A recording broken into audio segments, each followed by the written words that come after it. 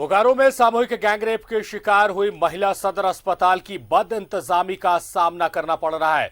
पीड़िता घंटों अस्पताल के बाहर दर्द से तड़पते हुए पड़ी रही। घंटों हंगामे के बाद डॉक्टरों ने पीड़िता का इलाज किया है। न्यूज़ 11 भारत में इस खबर को प्रमुखता से दिखाए जाने के बाद पुलिस की नींद खुली और बोकारो महिला पुलिस ने अस्पताल पहुंच पीड़िता की सुध ली है। तो यह सिस्टम है। अगर कहा जाए कि इस महिला, इस बेबस, इस लाचार, इस पीड़िता का फिर दुष्कर्म हुआ तो कहीं से गलत नहीं होगा। एक तो सामूहिक दुष्कर्म की शिकार है, अस्पताल गई तो संवेदना, मानवीय संवेदना के तहत इसे डॉक्टर्स को एड्रेस करना चाहिए। सबसे पहली प्रायोरिटी इसको देनी चाहिए क्योंकि एक मेंटल ट्रॉमा से बेचारी गुजर रही है और ऐसे में डॉक्टर अगर इसको नहीं देख रहे हैं, बद इंतजामी का शिकार होगी तो कितना और दुख सहेगी ये महिला। पहले ही ये दुख सह चुकी है, शारीरिक मानसिक प्रताड़ना से ये गुजर रही है। ऐसे में जरूरत है कि ऐसी महिला, ऐसी पीड़ित, पहले तो इसकी बात की जरूरत है कि ऐसे मामले प्रकाश में ना आए, मगर अगर ऐसे मामले प्रकाश में आ रहे हैं तो संवेदना पुलिस की तरफ से, प्रशासन की तरफ से, डॉक्टर्स की तरफ से, समाज की तरफ से देखने को मिलनी चाहिए। था सब किसी लोग पूरा लौटा रही थी, छटपटा रही थी मुर्गी के जैसा, कोई मदद करने के लिए नहीं आ रहा था। तो फिर एसपी साहब को फोन की, मधु जी जो नाम है, मधु जी बोलते हैं उनको, वो मेरे लिए भगवान खड़ा हो, वही मेरे लिए मदद कर रही है। के साथ गैंगरेप में शामिल था? वो उसमें कुछ नहीं है, उसको पति नहीं बोलते, उससे कोई रिश्ता नहीं है। लेकिन वो था जो मेरे पति पहले हैं उनसे हमको कोई दुश्मनी नहीं है, न करवाते हैं।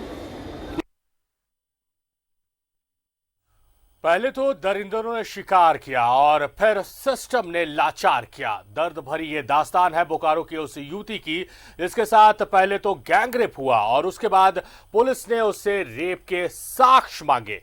अब तक की दो तस्वीरें हम आपके सामने रख रहे हैं। पहली तस्वीर उस दिन की है जब गैंगरेप हुआ और दूसरी तस्वीर उस लाचारगी की, यानी आज की है जब पीड़िता इलाज के लिए फर्श पर घंटों तड़पती रही और पूरा अस्पताल महकमा मुंह ताकता रहा।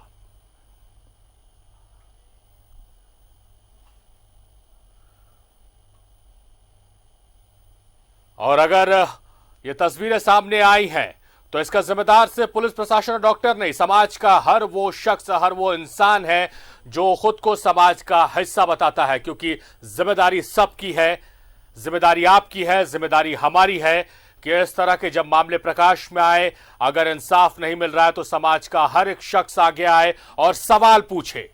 सवाल पूछने पर पाबंदी नहीं है। भारतीय संविधान हमें इस बात की इजाजत देता है कि हम सवाल पूछ सकते हैं।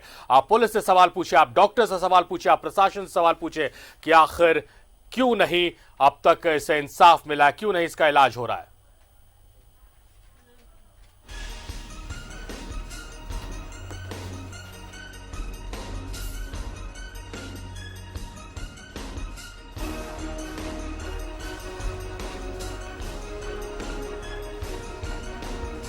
अब पूरी कहानी आप सुनिए। इस युवती के साथ सामूहिक दुष्कर्म हुआ। एफआईआर दर्ज करने में पुलिस ने 5 दिन लगा दिए। उसके बाद दर्द से, पीड़ा से, मानसिक तनाव से, अगर किसी महिला के साथ दुष्कर्म होता है तो सिर्फ शारीरिक प्रताड़ना नहीं होती है, वो मानसिक प्रताड़ना होती है। उस प्रताड़ना को लेकर एक बेबस, लाचार महिला अस्पताल के फर्श पर तड़पती रही, मगर डॉक्टर्स ने उसका इलाज नहीं किया, उसे नहीं देखा, फर्श पर लेटी रही वो। न्यूज़ 11 भारत ने जब प्रमुखता से इस खबर को दिखाया तब उसका इलाज शुरू किया गया। आप समझ सकते हैं कैसे समाज में हम जी रहे हैं। क्या इस समाज को बदलने की आवश्यकता नहीं है? सबसे बड़ा सवाल ये है और ये सवाल हर एक शख्स के लिए है जो खुद को समाज का हिस्सा मानता है, खुद को समाज का अंग मानता है। पहले तो इस तरह की वारदात तो रुकनी चाहिए। किसी बेटी की, किसी बहन की अस्मत नहीं लूटी जानी चाहिए। ऐसे दरिंदों पर हर किसी की नजर होनी चाहिए।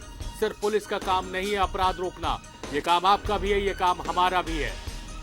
और उसके बाद एक युवती जो गैंग रेप की शिकार होती है, उसके बाद फिर उसके साथ बलात्कार किया जाता है, सिस्टम उसका चीरहरण करता है। ये कहते हुए मुझे कहीं से भी मेरी जबान नहीं कांप रही है, क्योंकि पहले तो 5 दिन तक एफआईआर नहीं लिया गया, फिर उसका इलाज नहीं हुआ, क्या हम ये नहीं कह सकते हैं कि उसका फिर से बलात्कार किया क्या?